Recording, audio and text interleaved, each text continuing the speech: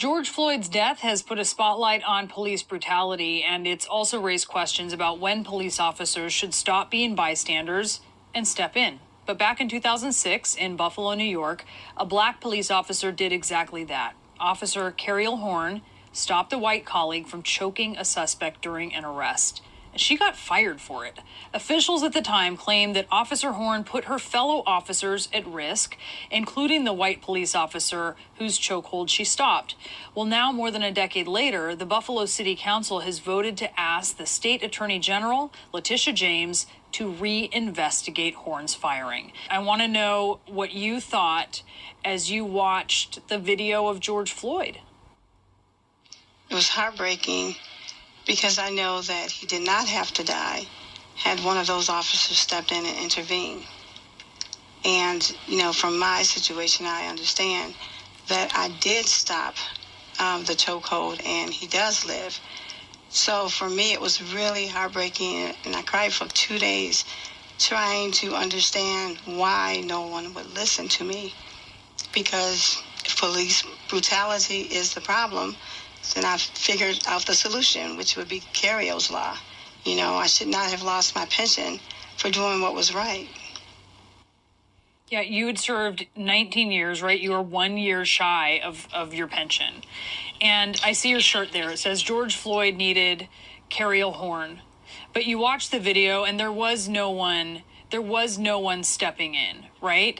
And I wonder if you can tell us what it was like for you in that moment to make that decision. What was your thought process when you decided to step in? Well, I yelled to him. I said, "Greg, you're choking him," thinking that, whatever happened in the house, that he would come back to reality and stop doing what he was doing. And he didn't stop. So I grabbed his arm from around Neil Mack's neck, and, they fabricated a story. But I never jumped on his back like they said. I simply grabbed his arm from around Neil Mack's neck, because Neil Mack was already handcuffed. So there was enough officers there to control the situation. What do you think, Cariol, should be done to, or happen to, officers who do not intervene? Well, like I said, under Cariol's law, they will be prosecuted because you would have the duty to intervene. You cannot stand around and watch someone kill someone, watch someone die.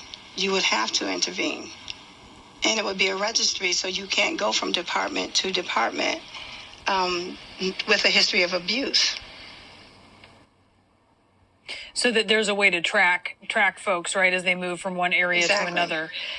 I wonder for you, you were here, you made a decision at considerable personal penalty, right, to try to make sure that you save the life of somebody. And then you watch that in Minneapolis not happen. I wonder what you think the message, though, was sent. I'm sure police officers beyond where you work heard about you, right? What message was sent to police officers when you were fired for intervening? The message was sent that you don't cross that blue line. And so many officers don't. You think it's changed, Cariol? I think that it's changing. I think that I am here to help change it. So that is why I thought of Cariol's law, because I want to be the change. I don't want any officer to go through what I have gone through in order to save someone's life. I lost everything. I had 5 children, and I lost everything. But Neil Mack did not lose his life. So if I have nothing else to live for in life, at least I can know that I did the right thing and that Neil Mack still breathes.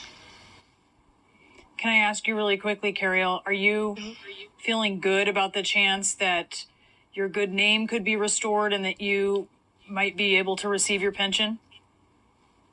Yes. I hope that the mayor does the right thing,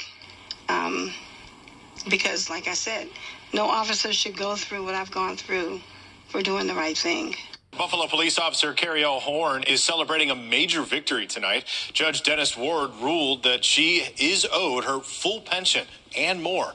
Horne was fired after she intervened to stop another officer from using excessive force during arrests in 2006. Judge Ward also ruled today that Horne is owed 2 years of back pay. In his decision, he wrote, "While the Eric Garners and George Floyds of the world never had a chance for a do-over, at least here the connection and correction can be done."